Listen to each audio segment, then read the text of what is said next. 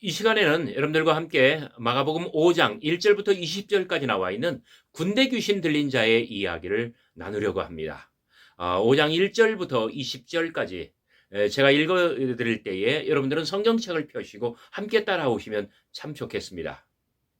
예수께서 바다 건너편 거라사인의 땅에 이르러 배에서 나오심에 곧 더러운 귀신 들린 사람이 무덤 사이에서 나와 예수를 만나니라. 그 사람은 무덤 사이에 거처하는데 이제는 아무도 그를 쇠사슬로도 맬 수 없게 되었으니 이는 여러 번 고랑과 쇠사슬에 매였어도 쇠사슬을 끊고 고랑을 깨뜨렸음이로라. 그리하여 아무도 그를 제어할 힘이 없는지라. 밤낮 무덤 사이에서나 산에서나 늘 소리 지르며 돌로 자기의 몸을 해하고 있었더라. 그가 멀리서 예수를 보고 달려와 절하며 큰 소리로 부르짖어 이르되 지극히 높으신 하나님의 아들 예수여, 나와 당신이 무슨 상관이 있나이까? 이는 예수께서 이미 그에게 이르시기를 더러운 귀신아, 그 사람에게서 나오라 하셨습니다. 이에 물으시되 내 이름이 무엇이냐? 이르되 내 이름은 군대니 우리가 많음이니이다. 허락하신대 더러운 귀신들이 나와서 돼지에게로 들어가매 거의 2,000마리나 되는 떼가 바다를 향하여 비탈로 내리다라 바다에 몰사하거늘 예수께서 배에 오르실 때에 귀신 들렸던 사람이 함께 있기를 간구하였으나 그에게 이르시되 집으로 돌아가 주께서 내게 어떻게 큰일 행하사 너를 불쌍히 여기신 것을 내 가족에게 알리라 하시니 그가 가서 예수께서 자기에게 어떻게 큰일 행하셨는지를 데가볼리에게 전파하니 모든 사람이 놀랍게 여기더라. 제가 좀 실감나게 읽어드렸나요? 자, 이 사건은 비유와 그리고 직후에 있었던 첫 번째 항해 이야기, 바로 그 다음의 사건입니다. 비유가 끝날 때 그리고 첫 번째 항해가 시작될 때는 이미 날이 저물고 있었습니다. 그리고 이 사건은 한낮의 사건이잖아요. 결국 시간적으로 예수님께서는 밤새워 싸우면서 파도를 넘은 그 첫 번째 항해 직후에 어떤 새날의 사건이 됩니다. 공간적으로는 어떨까요? 바다 건너편 거라사인의 지방입니다. 가버나움에서 출발하여 첫 번째 항해가 거라사인의 땅으로 왔고 바로 이 지역에서의 사건이 됩니다. 그리고 이 지역의 이름은 데가볼리입니다. 그래서 이 사건은 마가복음에 나오는 첫 번째 이방 땅에서의 사건. 제가 문법적으로 다시 말씀드릴게요. 이 사건은 마가복음에서 이방 땅에서의 첫 번째 사건이 되고 있습니다. 더욱이 오늘 본문에는 어떤 산, 무덤, 비탈, 바다 이런 것들이 나오네요. 제가 고도가 높은 데서부터 낮은 쪽으로 계속 이야기를 했습니다. 산, 어떤 무덤 사이, 그리고 비탈, 바다. 자, 어떤 이야기 소재는 뭐예요? 귀신 들림. 거기에 비해서 예수님은 귀신을 쫓아내는 귀신 축출. 그리고 맨 마지막에는 뭐예요? 사람들에게 말하지 말고 너의 가족들에게 말해라. 그러나 말을 안 듣고 데가볼리 사람들에게 막 말을 전파했거든요. 자, 이런 것들이 오늘 본문에서의 중요한 이야기입니다. 특히 오늘 본문은 어떤 귀신 들림에 대한 상세한 묘사를 남기는 것으로도 유명합니다. 그래서 예수님의 사역 가운데 바알세불 논쟁과 더불어 귀신 축출과 관련해서 굉장히 많은 중요한 정보를 전해주는 그런 본문이기도 합니다. 자, 4장 34절부터 4장 35절부터 41절까지 마가복음에 나오는 첫 번째 항해 이야기. 그 이야기는 오늘 구절의 첫 번째 구절 5장 1절 어떻게 읽었나요? 예수께서 바다 건너편 거라사인의 지방에 이르러 자, 예수님께서 바로 4장 마지막에서 가버나움에서 출발하여 항해를 하고 자, 밤새워 오신 거예요. 제자들과 함께. 그리고 이 거라사인의 땅에 도달하고 있습니다. 자, 예수님께서는 밤새도록 파도와 싸우고 제자들과 싸우면서 힘들게 바다를 넘고 그리고 간신히 건너편 거라사인의 땅에 이렇게 당도하였습니다.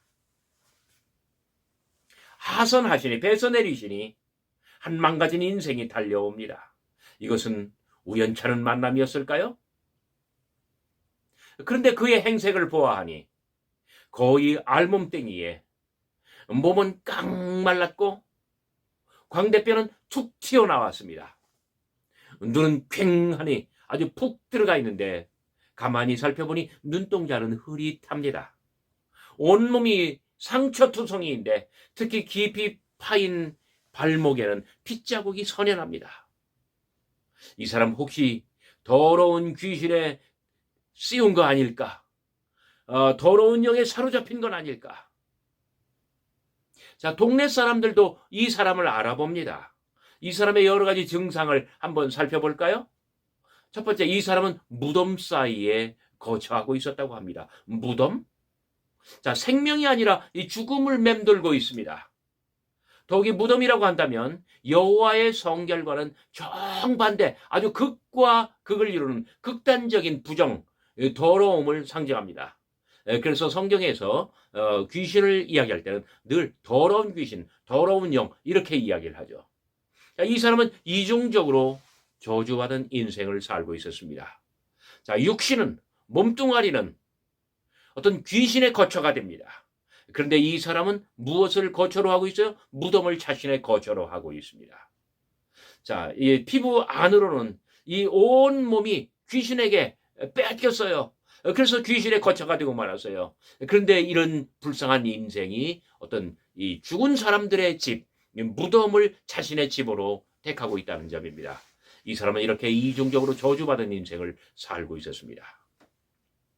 고랑을 채워도 깨고 쇠사슬로 묶어도 끊어버립니다. 아무도 그를 제어할 길이 없습니다. 자, 이 사람의 두 번째 특징은 어떤 괴력입니다. 여느 사람의 힘으로는 이 사람을 제어할 수가 없다는 점. 자, 첫 번째 특징이 귀신 들림의 첫 번째 특징이 부정이라고 한다면 두 번째 특징은 바로 초인적인 괴력입니다. 사람이 감당할 수 없는 그러한 양상을 보여줍니다. 자, 세 번째, 밤낮 아무 데서나 늘 소리 지르며 부르짖습니다. 특히 여기 이 다중인격의 어떤 그 쟁점을 은연중에 드러내 보입니다. 나중에 이 사람에서 쫓겨난 귀신이 몇 마리예요? 돼지 몇 마리에게 들어가요? 돼지 2,000마리. 이 사람에게는 이 2,000개의 다중인격이 이 내면에 존재하고 있었다는 거예요. 이렇게 귀신이 2,000마리나 이 사람 속에 살고 있었고 2,000개 이상의 퍼스널리티, 어떤 인격이 있고 2,000개 이상의 서로 다른 목소리가 한 입으로 막 터져 나오는 거예요. 얼마나 징그럽습니까? 자, 귀신 들림의 세 번째 특징은 이렇게 소란하다, 아주 시끄럽다는 점입니다. 자, 네 번째 특징은 세 번째 특징과 관련되어 있지만 이름이 군대라고 합니다. 무려 2,000마리나 된다고 합니다. 하나의 육신 안에 어떤 육신의 이 몸뚱아리의 크기와 상관없이 어떤 초월적인 이 더러운 귀신들이 2,000마리나 들어가서 함께 우글거리며 살고 있습니다. 다섯 번째, 귀신 들림이란 뭐예요? 귀신이 들어와서 자신이 장악하고 있는 그 사람을 파멸로 인도합니다. 아주 파산케 만듭니다. 완전히 멸망하게 합니다. 그런데 이 사람을 어떤 고랑과 사슬로 묶어버린 것은 누굽니까? 사람이에요. 왜 이 사람이 와서 어떤 귀신의 힘으로 막 어떤 파괴를 일삼으니까요. 그러나 또 다른 한편으로 보면은 귀신이 내면에서부터 이 사람을 어떤 갉아먹고 그리고 완전히 막 먹어치우잖아요. 그런데 사람은 또 이들에게 다가와 이자에게 다가와서 고랑과 사슬로 이 사람을 묶어버립니다. 결국 고랑과 사슬은 하나의 그 소셜 컨트롤, 이 사회적인 억압의 그런 양상이 존재한다는 점이에요. 그래서 귀신과 사람이 이자를 동시에 파멸로 이끌어내는 어떤 그런 양상을 보이고 있습니다. 자, 귀신 들림의 어떤 여섯 번째 특징. 예수님의 정체를 이자는 단박에 정확하게 알아봅니다. 여러분 1장 24절 25절 가버나움의 어떤 가버나움 회당에서의 귀신 축출 때도 나는 당신이 누구인 줄 아느니 하나님의 거룩한 자리이다. 귀신이 단박에 예수님을 알아보잖아요.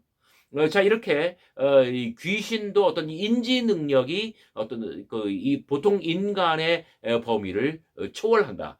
초월적인 인지 능력이 있다는 점이에요. 자, 이런 여섯 가지 어떤 특징. 첫째, 부정. 두 번째, 괴력. 세 번째, 어떤 소란스러움, 시끄러움. 네 번째, 이 어떤 다중인격, 군대. 그리고 다섯 번째, 인간을 파멸로 이끈다. 그리고 여섯 번째, 아주 정확하게 어떤 알아보는 초인적인 인지 능력이 있다. 혹시 이런 것들이 객관적으로 볼 때 귀신 들림이 아닐까? 자, 동네 사람도 그를 알아봅니다. 그래서 이 자를 미친놈이라고 부릅니다. 우리말로 미친놈 하면 좀 너무 심한 말이니까 한자로 썼어요. 광인. 거라사 광인의 이야기예요. 그래서 자, 예수님 같으면 이 자를 어떻게 할까요? 여러분 3장 20절부터 30절까지 사이에서 예수님께서는 어떤 귀신 축출과 관련해서 하나의 어떤 스캔들에 휩싸여 있습니다. 논란에 휩싸여 있습니다. 뭐냐면은 예수님의 귀신 축출은 더 큰 귀신을 불러다가 작은 귀신을 쫓아내는 일종의 귀신 노름이라고 하는 거예요. 예수님께서는 귀신 축출과 관련해서 어떤 신학적인 논쟁에 휩싸여 있습니다. 그럴수록 조심하셔야 되는 거 아니에요? 이 자를 만나서 어떻게 할까요? 못 본 척 지나치는 게 좀 안전한 거 아닐까요? 귀신 논쟁에 휩싸여 있는 예수님께서 과연 이 자를 만날까? 아니면 회피할까? 아니면 만나서 또다시 그에게서 귀신을 쫓아내고 또다시 어떤 논란에 휩싸일까? 어쩔까? 그런데 가만히 보시기 바랍니다. 바로 오늘 사건 직전에 어떤 이야기라고요? 첫 번째 항해 이야기. 바로 다음 구절 5장 21절에서 예수님께서는 되돌아가셔요. 자, 마가복음의 이야기 흐름, 하나 어떤 서사적으로 볼 때에 예수님께서는 여기에 오신 것은 제자들과 함께 배 타고 멀리 갈릴리 바다를 건넌 것은 이 사건 하나를 치르기 위함이었던 거예요. 이 한 사람을 만나기 위해서 예수님께서는 간밤에 비유가 끝난 다음에 간밤에 예수님께서는 배를 몰고 아주 바다와 싸우며 제자들과 싸우며 여기 온 거예요. 오직 한 사람, 누구를 위해? 이 한 사람을 만나기 위해. 무슨 일을 위해서? 이 한 사람에게서 귀신을 쫓아내시기 위하여. 예수님께서는 이 한 사람을 만나고 곧바로 돌아가십니다. 이 한 사람만을 위해서 그 어려운 항해를 감행하셨던 것입니다. 3장 9절에 미리미리 배를 한쪽 준비해 놓은 것도, 4장 1, 2절에 이 배를 타고 비유를 설파하신 것도, 그리고 4장 35절부터 41절까지 바로 배를 타고 계셨던 그 모습 그대로 제자들과 함께 멀리 여기까지 찾아온 것은 바로 이 한 사람을 만나기 위함이었다는 것입니다. 자, 영들은 더 크고 밝은 눈을 가졌을까요? 예수님께서 아주 멀리 바다 건너 저편에서 다가오실 때에 이자는 예수님이 오시는 것을 보고 산에서부터 전속력으로 내려가 그렇게 바다에서 오시는 예수님을 만납니다. 자, 가버나움에서는 예수께서 배 타고 오시고, 그리고 산에서는 이 귀신 들린 자가 아주 쏜살같이 내려와 예수를 만납니다. 그리고 예수님에게 6절 절했다라고 합니다. 자, 여기 절했다라고 하는 말은 헬라어로 프로스쿠네오, 다른 곳에서는 경배했다 이렇게 번역이 되었습니다. 자, 이 자는 어떤 이자 속에 있는 귀신은 더러운 귀신은 예수님을 만나자마자 일방적으로 복종합니다. 그리고 큰 소리로 부르짖습니다. 지극히 높으신 하나님의 아들 예수여, 나와 당신이 무슨 상관이 있나이까? 원컨대 나를 저 돼지떼에게 보내서 나를 저 바닷속으로 들어가게 하고 더 이상 나를 괴롭게 하지 마옵소서. 왜냐하면은 예수님께서 이미 그자에게 명하셨기 때문입니다. 더러운 영아, 그 사람에게서 쏙 나오라. 더욱이 예수님께서는 그 귀신에게 묻습니다. 너에게 무슨 이름이 있느냐? 티 오노마소이, 내 이름이 무엇이냐? 우리말로는 부드럽게 번역을 했습니다만 What name to you? 티 오노마소이, 이렇게 물으셨습니다. 자, 전체적인 정황으로 볼 때 싸움은 어떤 귀신들 사이의 분쟁이 아니라는 점이에요. 예수님께서는 바알세불 논쟁 때 말씀하셨잖아요. 이 나라가 나라를 서로 대적하여 싸우고 분쟁하면 다 망하고, 자, 집도 서로 나뉘어 분쟁하면 다 망하고, 사탄도 서로 나뉘어서 분쟁하면 이에 다 망하느니라 말씀하셨잖아요. 그렇다면 이자에게서 귀신을 쫓아내는 예수 안에 있는 그 영은 어떤 그들이 서기관들이 말하는 것처럼 어떤 더러운 귀신, 큰 귀신, 바알세불, 귀신들의 왕, 그게 아니고 하나님의 거룩한 영, 성령이라는 뜻입니다. 이것은 권능의 영입니다. 그러므로 바로 오늘 이 사건에서 우리가 눈여겨봐야 할 것은 뭐냐면 어떤 3장 20절부터 30절 사이에 놓여있는 바알세불 논쟁, 예루살렘에서 내려온 서기관들이 예수님의 귀신 축출을 가리켜서 뭐라고 말했다고요? 어떤 더 큰 귀신들의 이 대빵 왕 또는 바알세불의 힘을 빌려서 작은 귀신, 쪼무레기 귀신을 내어쫓은 것이다. 그러나 오늘 이 사건을 보니, 자, 예수님과 그리고 그자 사이에 그자에게서 썩 나오라, 예수님께서 일방적으로 명령하고 그자가 예수께 달려와서 부복하고 복종하는 어떤 그런 그 성령과 악령 사이의 싸움이라는 바로 그러한 양상입니다. 예수님께서 더러운 영, 이 더러운 영이라고 하는 이 괴력을 가진 강한 자를 이기는 것은 당신 안에 하나님의 성령이 충만하게 아주 권능으로 존재하시기 때문입니다. 전체적인 스토리 라인을 한번 확인해 봅시다. 첫째, 예수님께서는 바다를 넘어 거라사인의 땅으로 오셨습니다. 둘째, 이미 그에게 말씀하셨습니다. 그 사람에게서 쏙 나오라. 셋째, 그는 산에서부터 막 쏜살같이 달려내려와 절하면서 지극히 높으신 하나님의 아들 예수여, 이렇게 말을 하잖아요. 바로 그러한 자를 향해서 예수님께서는 너의 정체가 무엇이냐? What name to you? 내 이름이 무엇이냐? 물으셨고 그 자는 자기를 솔직하게 다 드러냈어요. 왜? 압도되었기 때문에. 내 이름은 군대니이다. 레기온 name to me. 레기온 오노마소 모이. 레기온 오노마 모이. 레기온이라고 하는 이름이 나에게 있습니다. 그 뜻이죠. 직역을 하면. 자, 다섯 번째. 그자의 청을 따라서 예수님께서는 허락을 해 주었습니다. 그랬더니 더러운 영들이 그자에게서 다 빠져나왔는데 그게 무려 2,000마리예요. 그리고 2,000마리의 돼지들의 각각에게 다 들어갔고, 자, 사람에게서 나온 귀신이 돼지에게 들어갔고, 돼지 2,000마리가 비탈을 내달아 갈릴리 바다에 몰사했습니다. 어떤 바다? 갈릴리 바다의 바로 이 동남쪽, 여기로요. 자, 여섯 번째. 그래서 이 거라사인의 이 지역의 그 마을에서는 난리가 났습니다. 왜? 돼지 2,000마리가 손실되었잖아요. 그래가지고 막 난리가 나가지고 살펴보니 오늘 제가 읽지는 않았습니다만은 그 사람이 옷을 입고 정신이 온전하여 앉아 있다고 합니다.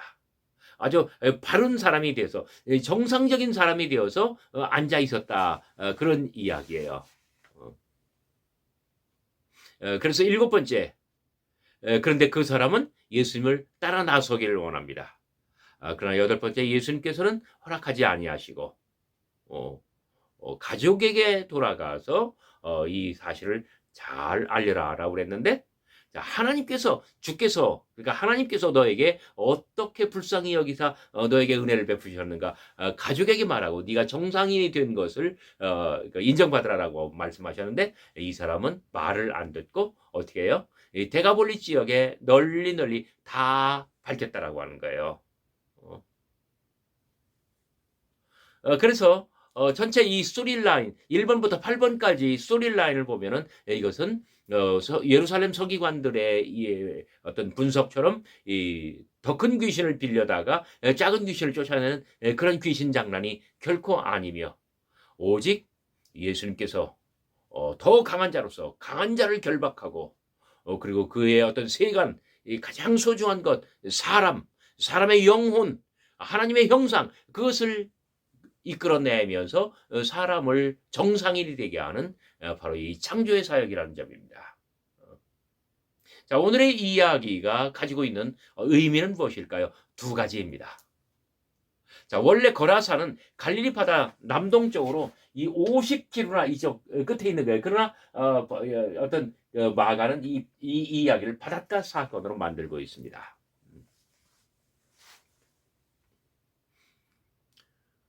마가는 바다라고 하는 공간에 배를 띄웠고, 그리고 거기에서 예수님께서 배를 타고 이 비유를 말씀하셨으며, 가버나움 앞바다에서, 그리고 배를 타고 여기로 와서 귀신을 쫓으니 2,000마리의 귀신이 돼지의 육신을 빌려서 바다로 되돌아갑니다. 그래서 바다에서의 사건이 되는 거예요. 자, 이러한 점은 이후에 마가복음 예수 이야기에 어떤 영향을 가져올까요? 바다는 아주 심하게 빙의 됩니다.